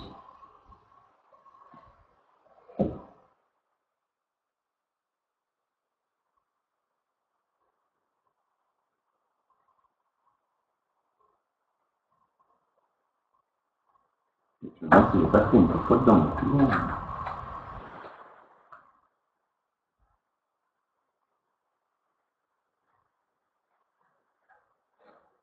Alors, oui, au travail de la force de frottement, puisque c'est ce que tu cherches. Je suis d'accord. Mais si on regarde en termes d'énergie, de variation d'énergie cinétique et de variation d'énergie potentielle, dans notre cas, ça va être uniquement égal à quoi? À la variation d'énergie cinétique. Très bien, Nicolas. D'accord? Correspond à la variation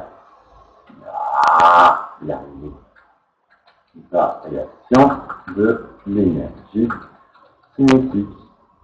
Donc, le travail des forces de frottement vaut combien? Bah, moins 30. Moins, c'est bien parce que c'est une force dissipative, d'accord? C'est pas une force motrice, une force résistante. Alors pourquoi? Ben, puisque l'énergie mécanique est égale à l'énergie cinétique plus l'énergie potentielle.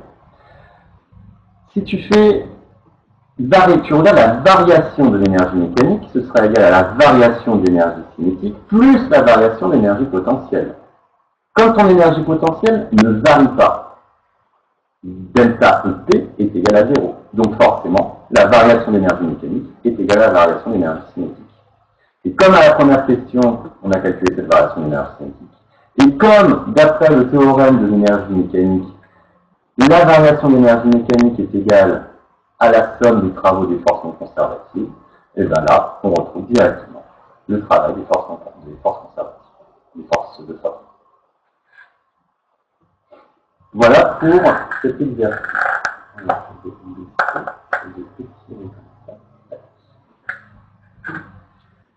C'est un exercice qui est court, hein, qui a l'air assez simple, et en fait, il cache pas mal de petits pièges en intérieur. Donc il faut faire gaffe.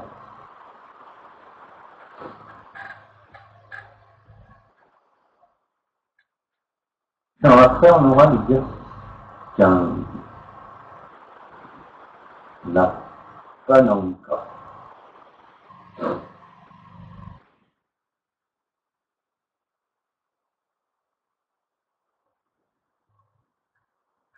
Est-ce que vous avez fini de noter et qu'on peut passer à l'exercice suivant?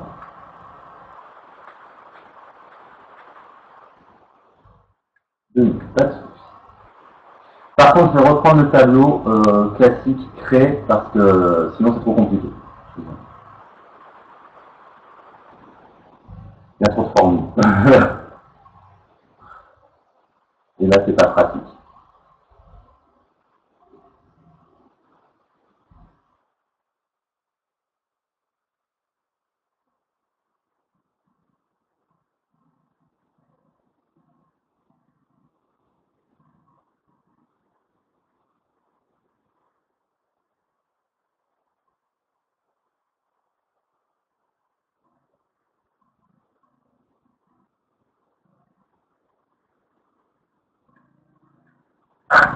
Vous nous dites quand c'est bon.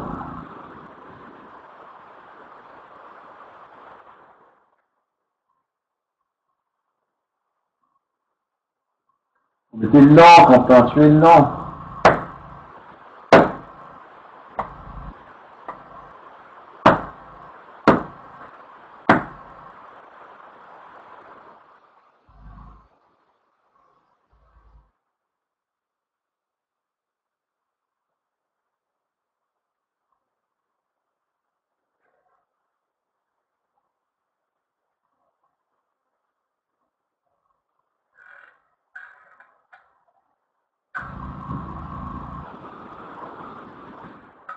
Miracle.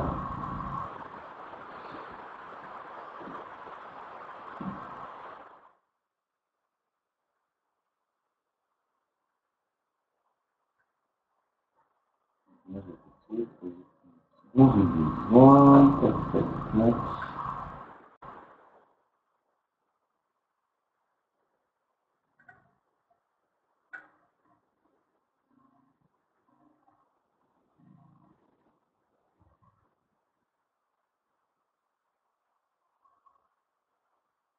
Ouais, là, il faut vraiment que je fasse au tableau. Les autres, c'est bon, je peux effacer? Enfin, je peux le mettre au tableau? Alors, je vais allumer la lumière.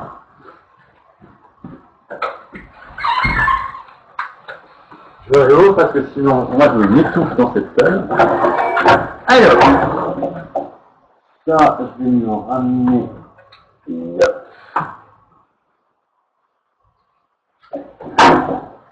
Alors non, je vais quand même le laisser, juste pour vous montrer, puis on va éteindre la lumière, éteindre la lumière tout à l'heure.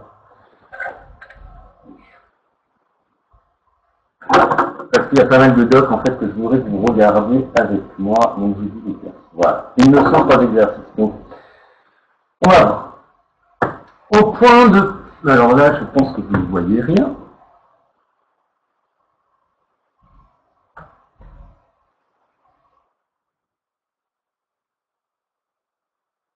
Ouais, faut que j'éteigne la lumière. Donc, au point de pénalty situé à 11 mètres de la ligne de but, le joueur tape le ballon en direction du centre du but avec une vitesse initiale de 11,5 mètres par seconde. Bon, bah, pour remporter le ballon, le ballon doit franchir la ligne en A, avec des coordonnées qu'on vous donne dz.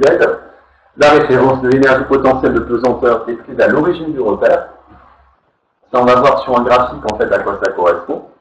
L'intensité du champ de pesanteur 9,80 Nm par kilogramme et la masse du ballon à 650 grammes. C'était un sujet de bac de 2015. Qu'est-ce qu'on vous donne d'autre comme doc? Document, on vous dit simplement qu'Antonio Panenka est un footballeur qui a donné son nom à une technique de tir de pénalty, la Panenka. Le ballon est frappé doucement pour prendre une trajectoire en cloche. On vous présente la trajectoire, c'est donc ici. Vous avez simplement une vitesse initiale. En fait, le mouvement parabolique, c'est comme la balle de tennis que vous avez étudié dans le TP tout à l'heure. D'accord? Enfin, exactement. Et le ballon suit une certaine trajectoire et il passe par différents points. Alors H, ça doit être la hauteur du but, je pense. On va voir tout ça, ce que ça représente. Il est soumis dans le champ de pesanteur G, et donc, comme il est soumis au champ de pesanteur G, le ballon a un certain poids. On vous donne en graphique les variations d'énergie cinétique, potentielle et mécanique du système. Vous voyez, c'est encore les mêmes courbes qu'on avait avant. Alors, je pense qu'il faudra savoir à quoi correspond laquelle. À mon avis, donc, vous le savez, hein, vu que le ballon, au départ, il monte, son énergie potentielle, elle va aussi croître. Donc, l'énergie potentielle, ça va être la courbe rose. L'énergie cinétique, comme le ballon monte, l'énergie potentielle est transférée en énergie cinétique. L'énergie cinétique est transférée en énergie potentielle. Donc, dans la montée du ballon, l'énergie cinétique, elle diminue au cours du temps, jusqu'au moment où le ballon atteint le maximum de sa trajectoire. Et dans ce cas-là, on passe dans la deuxième phase de votre mouvement, où le ballon redescend, donc son énergie potentielle diminue, et son énergie cinétique augmente, vu qu'il y a un transfert d'énergie potentielle vers une énergie cinétique. Et ce que l'on voit en fait par analyse de la courbe, c'est exactement comme le TP que vous avez fait. On constate, quand on fait la somme des deux, qu'on obtient une courbe constante. Donc cette énergie mécanique reste constante. On en déduit quoi? Qu'il n'y a pas de frottement. Encore qu'il n'y a pas de force dissipative du moins. Voilà pour ceci. Hop, ça se ferme. Et donc nous, ce qui nous demande, c'était l'exercice 15. Donc, le 14, c'est le même que le 15, mais plus guidé. Moi, je préférais vous faire un exercice un peu moins guidé. Le ballon est-il soumis à des forces de frottement? Première question. Et enfin, exprimer la valeur VA en fonction de V0, de l'énergie EPA et de la masse du ballon. D'accord? Tout ça, on va voir comment on l'obtient. Donc, je vais rallumer la lumière, je vais éteindre le vidéoproche et on va faire ça à la craie. Ça va être beaucoup plus pratique. Désolé pour ceux qui préfèrent avec le livre scolaire, mais là, je ne peux pas.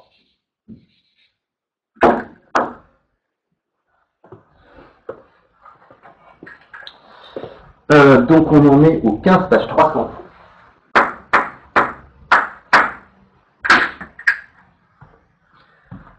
Alors, première question, le ballon est-il soumis à des forces de frottement? Donc petit 1, existence de frottement.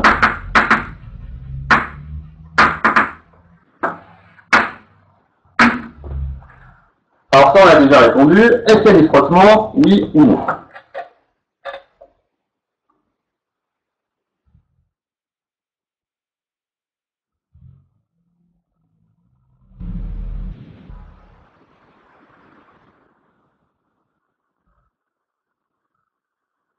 Alors, frottement ou pas?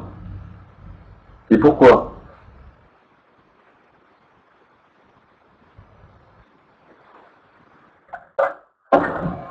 Je l'ai perdu aujourd'hui, j'ai l'impression.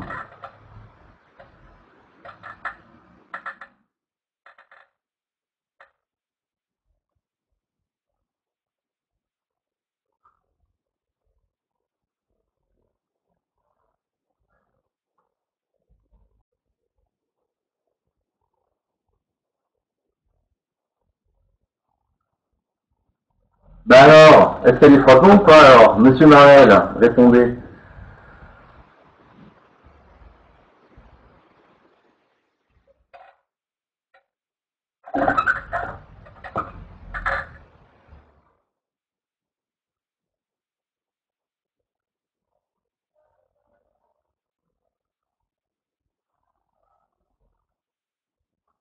Tu vas me sortir, attention.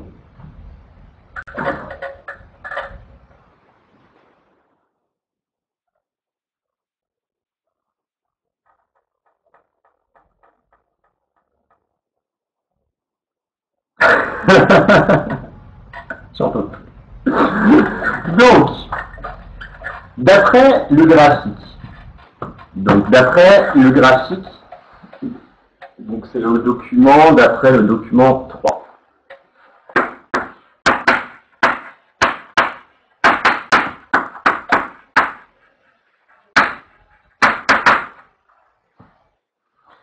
Qu'est-ce qu'on constate? Qu'est-ce qu'on peut dire? La courbe qui correspond à l'énergie mécanique du système. Qu'est-ce qu'elle fait?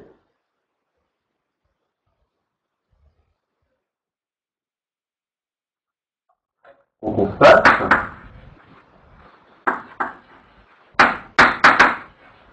que l'énergie mécanique du système est constante.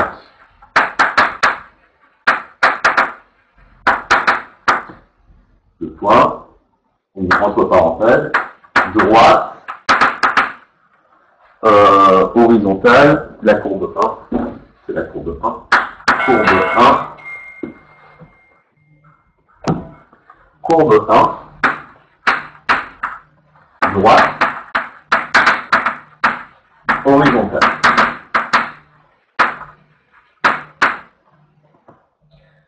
Donc, si vous avez cette courbe horizontale, donc l'énergie mécanique est constante, ça signifie simplement que le système n'est soumis à aucun frottement. Donc, le système n'est soumis à aucun frottement.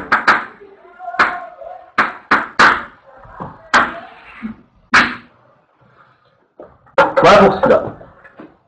On va juste répondre à la... Est-ce que ça va pour cette première question?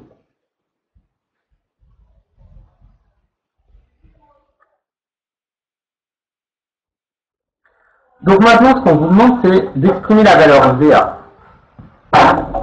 Petit 2. Calcul de VA. Et donc là, c'est vraiment la partie mathématique qui va nous intéresser. D'accord? Alors, VA, il est où? VA, on s'y retrouve lorsque on est à une distance de nos buts, donc en unité, c'est-à-dire quand X est égal à D. D'accord? Le point A pour coordonnées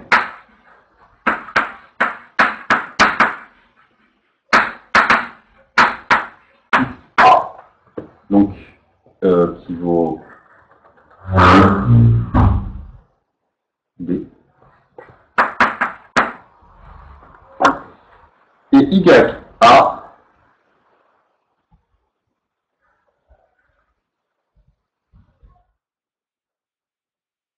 qu'on ne connaît pas encore. C'est ZA. D'accord? Je pense que eux, ils ont... Oui. Les ordonnées sont données en Z. On va partir du fait que l'énergie mécanique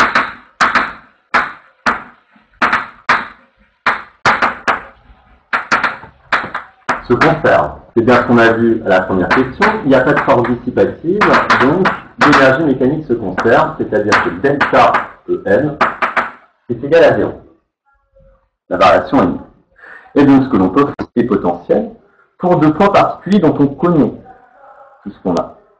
Pour deux points particuliers dont on connaît tout ce qu'on a. Plus particulièrement, ce que l'on peut dire, c'est que l'énergie mécanique au point A devra être égale à l'énergie mécanique au point O. Est-ce que vous êtes d'accord avec ce que je viens d'écrire? C'est ça qui est important.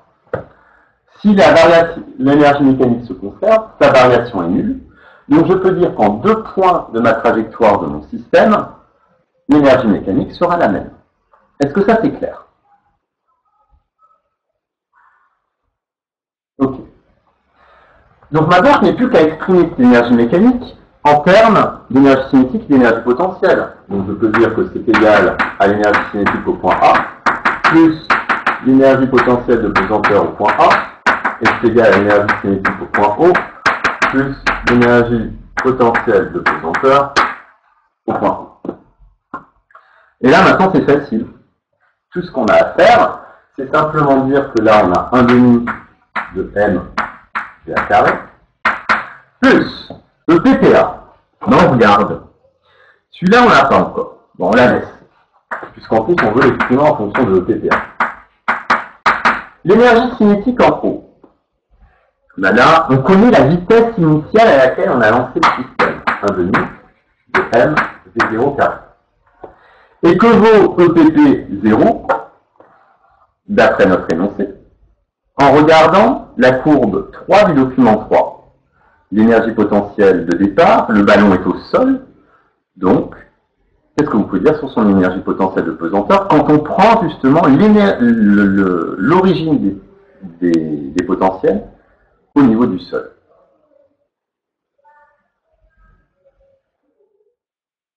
Très bien. Et 2 LE, Clémentine, pour nul, puisque c'est féminin. Et donc ça, par contre, c'est égal à 0. Donc voilà cette petite équation de V. Et le tout, j'ai plus qu'à manipuler cette équation pour en sortir VA. C'est ce qu'on va faire. Alors je vais la réécrire, et puis on va faire étape par étape. Alors, ce que je vous demanderai l'an prochain, c'est de ne plus faire toutes ces étapes et d'aller plus vite dans le raisonnement calculatoire. Donc on a 1 demi de M VA carré plus 2 PPA qui est égal à 1 demi de M V0 carré. D'accord? Qu'est-ce qu'on fait? D'abord, je suis obligé de faire passer EPPA à droite. Donc j'ai 1 demi de M VA carré égale 1 demi de M V0 carré moins l'énergie potentielle au point A. Ensuite, j'ai 1 demi en trop, 1 demi fois M en trop, que je fais passer de l'autre côté, donc je multiplie par 2 et divise par M, ça me fait que VA carré, ça va être V0 carré, moins 2 EPPA, divisé par M, et au final, pour avoir VA, je prends la racine carrée de tout ça.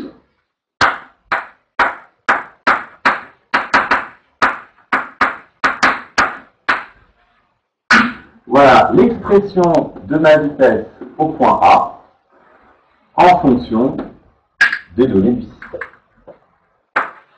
Et on n'a plus qu'à faire la classification numérique et ce sera. Donc on y va. Alors, VA va être égal à quoi? Racine carrée.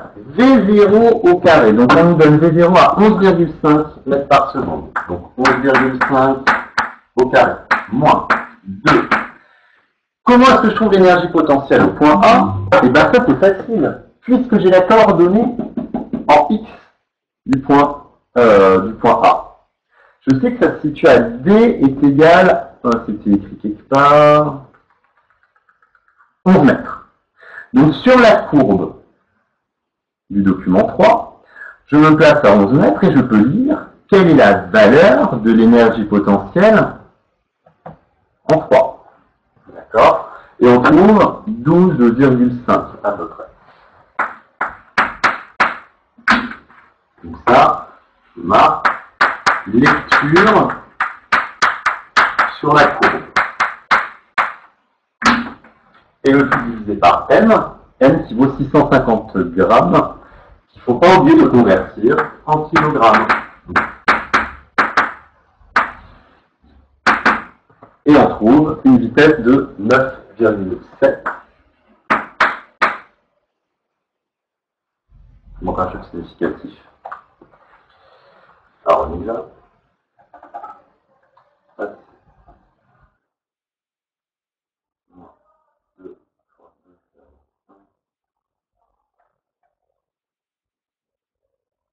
9,68 mètres. Voilà pour ce petit calcul. Ok, le reste on continuera lundi. Je pense qu'on fera des exercices lundi où on fera le TP de la page 300, c'est tout. On verra comment on avance. D'accord. Commencez quelques exos, faites les TP, faites le TP page 300 et on avance tranquillement. Voilà. J'ai pris un petit peu de retard. Je coupe l'enregistrement.